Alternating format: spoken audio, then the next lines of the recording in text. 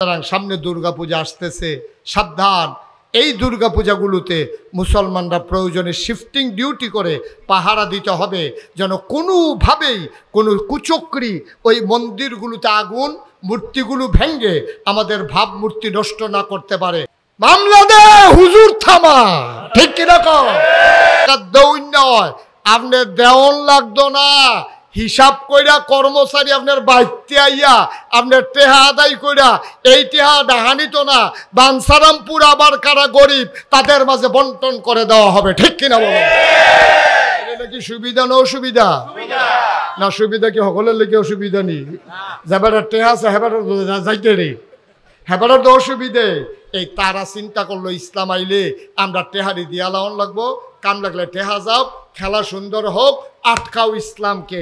এর ভিতরে নেতা হইল আবু লাহাব, তাইনে ছিল সুদের কারবারি, সুদের ব্যবসায়ী, তাইনে কয় টেহানে মোহাম্মদ থামা, টেহানে মামলা দে হুজুর থামা, ঠিক কিরকম?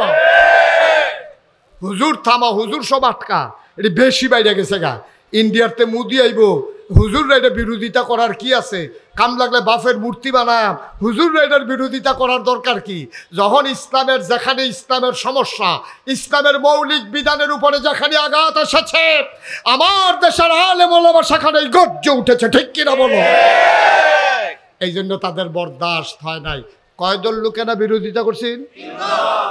একদল হইল রাষ্ট্র ক্ষমতা, 2 নম্বরে টাকাওয়ালা, 3 নম্বরে হইল ওই সময়ে যারা ধর্মীয় নেতা ছিল, তারারও তো একটা ধর্ম আছিল, 360টা দেবদেবী আছিল, পূজা দেউন্যা ব্রাহ্মণ আছিল, তারা হেতারা বিরোধিতা করছে। আচ্ছা হেতারা বিরোধিতা করলো কোন দুঃখে? নবীও ধর্মের কথা কয়, হেতারাও ধর্মের কথা কয়, তো আরো নবীর লোকে মিললে না লাউনের কথা, তো হেতারা বিরোধিতা করে গেলে। হেতারা বিরোধিতা করার কারণ হইল প্রকৃত ইসলাম থেকে, প্রকৃত ধর্ম থেকে তারা দূরে সইরা তাদের ধর্মটারে তারা কামাই রোজগারের রাস্তা বানাই লেছে, ঠিক কিনা কও? আজও বাংলাদেশে এরকম একদল আছে নাকি? নাই, আছে। আজকেও একদল বাংলাদেশে এমন আছে, ধর্মটারে ব্যবহার কইরা, এটারে ব্যবহার কইরা কইরা এটারে ইসলামটারে গজব কইরা, টুফি একটা মাথার দিয়া, দাড়ি কয়টা রাখিয়া, পাঞ্জাবি একটা গাও দিয়া, মনে হয় যেন কত্তরা হুজুর। এই কত্তরা হুজুরে এবারে কোরআন শরীফের আয়াতও কয়, আবার গান, নাউজুবিল্লাহ কয় না তো, গানও কয়, মাঝে যে কোরআন শরীফের আয়াতও কয়। তারা ইসলামের পক্ষে বিশাল শক্তি নিয়ে দাঁড়াইতে চায়। প্রকৃত ইসলাম কায়েম হোক, ওই ধর্ম ব্যবসায়ী যারা, তারা কখনো চাইতে পারে না, ঠিক কিনা? আমরা যারা প্রকৃত ইসলামে বিশ্বাসী, আমরা তো মনে করি যে ইসলাম কায়েম হইলে ভালা, কিন্তু হেতারা কয় না না না না, আমরা যেটা আছি এইটা ভালা, ধর্ম যার যার, উৎসব সবার। এই কথা কি আপনারা মানেন? মানেন? ধর্ম যার যার, উৎসব আমার কথা কেন, ধর্ম যার যার, উৎসব তারার, ধর্ম তারার, তারার উৎসব তারার। তবে প্রসঙ্গক্রমে বলে রাখি, এই বাংলাদেশে 5ই আগস্ট যখন নতুন করে আবার স্বাধীন হল, আমার পার্শ্ববর্তী দেশ থেকে বিভিন্ন গোয়েন্দা এজেন্ট এবং বিভিন্ন কুচক্রী মহল, তারা দেখেছে দেশটা সুন্দরের দিকে আগাইতেছে। এখন কেমনে কহেন দিয়ে ফ্যাস লাগান যায়, কয়দিন পরে পরে একটা ফ্যাস লাগায়। 15 বছর ধইরা কোনো দাবি দেওয়া নাই, প্রায় সরকার আইতে পারছে না, 1 মাস হয়েছে না, আমরা আনসারেরা বেড়াইয়া খেয়ে রইলেছে না। কি আসলা এতদিন? 15 বছর ধরে কইতে পারো না যে আমরা দুগলা টেহাটুয়া দিয়ে, হেতারা আইসে না, 1 মাস হয়েছে, হ্যাঁ ভাত খাইতে পারবা না, হেতারা গিয়ে তোমরা কইতে সস্তা চাকরি স্থায়ী করে দিয়ে, কেন তোমার লোকে কথা হইছে না, তোমার বুঝ হইকে তো চাকরি লইছ, তোমার কথায় তো হইছে, খালি নির্বাচনের দিন সকাল থেকে মাদান পর্যন্ত করি থাকবা, 22 বছর হাল ছইবা, ঠিক কিনা কও? তো তোমার স্থায়ী করবো, কিন্তু স্থায়ী করে তোমার টেহা দিলে সারবো, টেহার আইব করতে, ঠিক কিনা কও? 15 বছর লাগে আওয়াজ নাই, তাই না সুহি মারছে, তাই না আদায় করণের লেগিয়া, নাউজুবিল্লাহ কন না কেন? এই এখন যারা দেখবেন দাবি দেওয়া নিয়ে নামে, বুঝতে হবে তারা আপনার আবার যখন আগুন লাগছে, হ্যাঁ বাড়াই আইসে আলু পোড়া দিয়া খাইতো, ঠিক নিও? হ্যাঁ তার কি আগুন ফুটে যাই, ঘর ফুটে যাই গিয়া, আর হাতে গিয়ে আগুনের তলে আলু ফোড়া দিয়া বাতাস করে, কয় যায় আগুনটা যখন লাগছে আল্লাহ ভালো হয়েছে আলুটি ফোড়া দিয়া খাইতাম পারাম। হ্যাঁ তার ঘর লইয়া কারবার, আর তোমার গিয়ে আলু ফোড়া এমনি উদাম করে সিহন জিংলা দিয়া ফটফাট ফটফাট করে কটা কি সঞ্জয় তো ঠিক কিনা কাও। সুতরাং ওই ধর্মের যারা প্রকৃত ধর্মের বিধান চায় না, তারা আল্লাহ নবীর দিন কায়েম হইতে দেয় নাই। যুগে যুগে বাধা এসেছে, ঝড় ঝাপটা এসেছে, আল্লাহ রসুল সাল্লাল্লাহু আলাইহি ওয়াসাল্লাম দিনের দাওয়াত দিতে দিতে আবার কাবার কিনারে, আল্লাহর নবী কাবার কিনারে বসে আছেন। কিছুক্ষণ পর তিনি চিন্তা করলেন আমি 2 রাকাত নামাজ পড়ে ফেলি। আল্লাহর নবী নামাজের ভিতরে মজা পাইতেন। তিনি আস্তে করে অজু করে নামাজের ভিতরে সাজদায় চলে গেলেন। আবু জেহেল তাকায়া দেখে নবী সাজদায়। নবী আমাদের মতো সাজদা দিতেন না। তিনি সাজদা দিলে মানুষ মনে করত তিনি বোধহয় আর কখনো মাথা উঠাবেন না। বলেন সুবহানাল্লাহ। সাজদায় পড়ে আছেন নবীজি। এমন সময় আবু জেহেল তাকায়া দেখে নবী সাজদায়। আবার আবু জেহেল ছোট্ট ছোট্ট বাচ্চাদেরকে ডাইকা কয়, ও আমার এই দেশের বাচ্চারা শোনো, তোমাদেরকে টাকা দেব, পয়সা দেব, তোমরা মজার খাবার খাবা। মোহাম্মদ সে তো পাগল, সে যে সাজদায় পড়ে আছে, উটের পোটা নারী বুড়িগুলা তার মাথায় দেওয়া যাবে নাকি? বাচ্চারা আনন্দ পাইছে, সবাই মিল্লা টান্না নবী সাজদায় পড়ে আছে, উটের নারী বুড়িগুলা মাথার উপরে চাপাই দিছে। বলো নাউজুবিল্লাহ। বাঞ্ছারামপুরের মুসলমান, এমনি এমনি ইসলাম আসে নাই রে ভাই, বড় কষ্টের বিনিময় ইসলাম। আবার নবীর মাথার উপরে যখন নারী বুড়িগুলো চাপিয়ে দেওয়া হলো, তিনি ওজন সইতে পারলেন না। সাজদার সময় 2টা হাত তার ছড়িয়ে গেল, পাগুলা পেছনের দিকে ছড়িয়ে গেল, বুকটা ওনার মাটিতে লেগে গেল, শ্বাস ফেলতে পারেন না। একটা মহিলা যাচ্ছিল রাস্তা ধরে, ডাক দিয়া দৌড়াইয়া নবীর বাড়িতে গেছে, গিয়া কয়, ফাতেমা গো, ও ফাতেমা, তোরা ঘরের ভেতরে তোর আব্বারে তো আবু জেহেল মাইরা ফালাইতেছে। ফাতেমা দিলেন দৌড়, ছোট্ট মানুষ টেনে টেনে উঠেন, নারী বুড়িগুলো সরালেন, বাবাকে উঠে বসাইলেন, টেনে টেনে জমজম কূপের কিনারে নিয়ে গেলেন। ছোট্ট মানুষ কুশ করে করে নবীর গায়ের ওই ময়লাগুলো, গোবরগুলো, রক্তগুলো, পচা রক্তগুলো এই ফাতেমা রাদিয়াল্লাহু তাআলা আস্তে আস্তে করে ধুয়ে দেয়। ফাতেমার চোখ বেয়ে বেয়ে পানি পড়ে। বাবাকে আদর করে কয়, বাবা, ও বাবা, তুমি কি খুব খারাপ মানুষ? তোমারে মক্কার মানুষগুলো কেন মেরে ফেলতে চায়? আব্বা, ও আব্বা, আপনি কি খুব খারাপ মানুষ? কেন মক্কার মানুষ আপনারে বারবার মেরে ফেলতে চায়?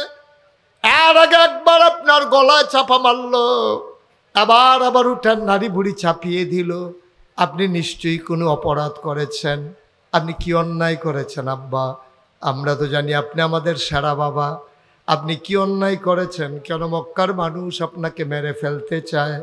আল্লাহর নবী কয়, মেয়ে আমার, অপরাধ তো অবশ্যই করেছি, আমি অপরাধ ছাড়া মানুষ না।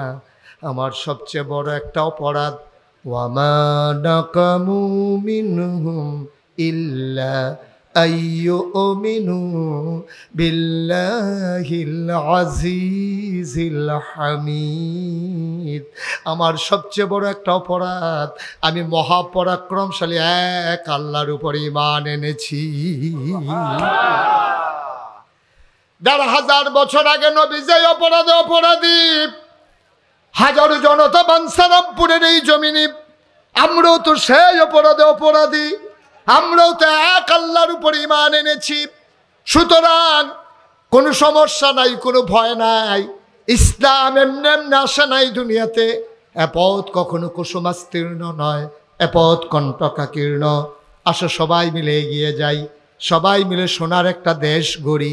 এই দেশের ভিতরে সংখ্যালঘু সংখ্যাগরিষ্ঠ নাই, হিন্দু হোক, বৌদ্ধ হোক, খ্রিস্টান হোক আর ইহুদি হোক আর মুসলমান হোক, এই দেশে যারাই বাস করবে আমরা সবাই মিলে বাংলাদেশি, ঠিক কিনা?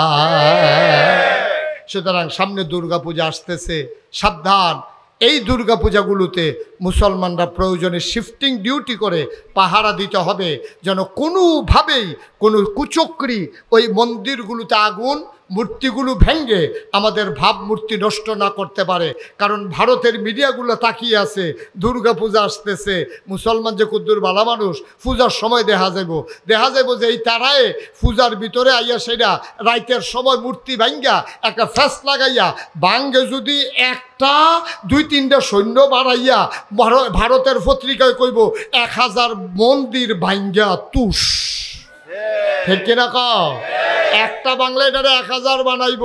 সুতরাং আমরা যারা মুসলমানের সন্তান, এই দেশটাকে আমরা মর্মে মর্মে উপলব্ধি করি, আমরা যারা বক্ষে ধারণ করেছি দেশের মায়া, আমাদেরকে মনে রাখতে হবে মূর্তি এই দুর্গা পূজার সময় কোনো কুচুক্রি যেন ওই মন্দিরে আর পূজা মণ্ডপে হামলা করতে না পারে। এই ব্যাপারে আমরাই হচ্ছে অতন্ত্র প্রহরী, ঠিক কিনা বলো? আমরা সজাগ ওলামায়ে কেরাম মসজিদের খুতবার ভিতরে এই কথাটা বলবেন। ওলামায়ে কেরাম ওই মন্দিরগুলোর সামনে প্রয়োজনে পাহারা বসাবেন, মুসল্লিদেরকে বলে দেবেন যে যেন কোনো কেউ যেন এটার উপরে আক্রমণ করতে না পারে। তবে আশ্চর্যের বিষয় হলো, বেড়ায় যদি খেত খাইয়া লায়, এই ক্ষেত রাখবো কেমনি?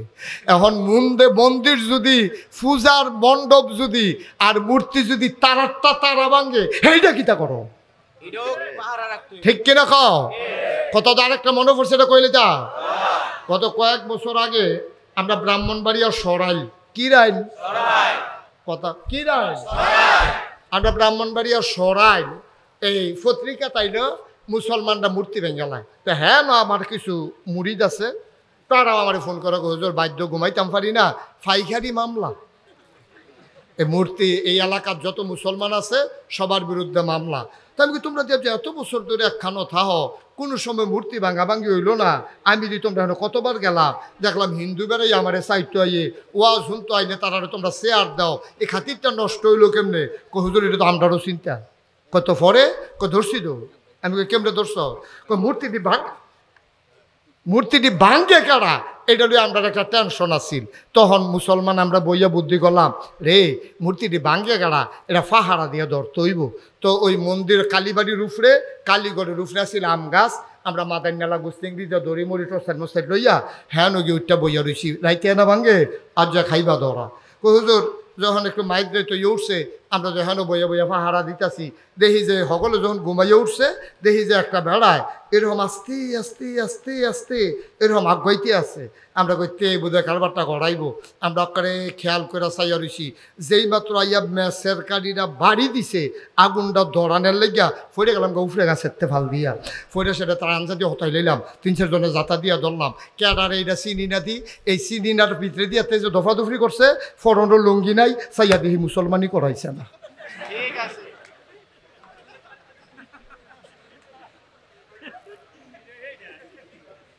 তইলে বোঝা গেল আমরা না তারা।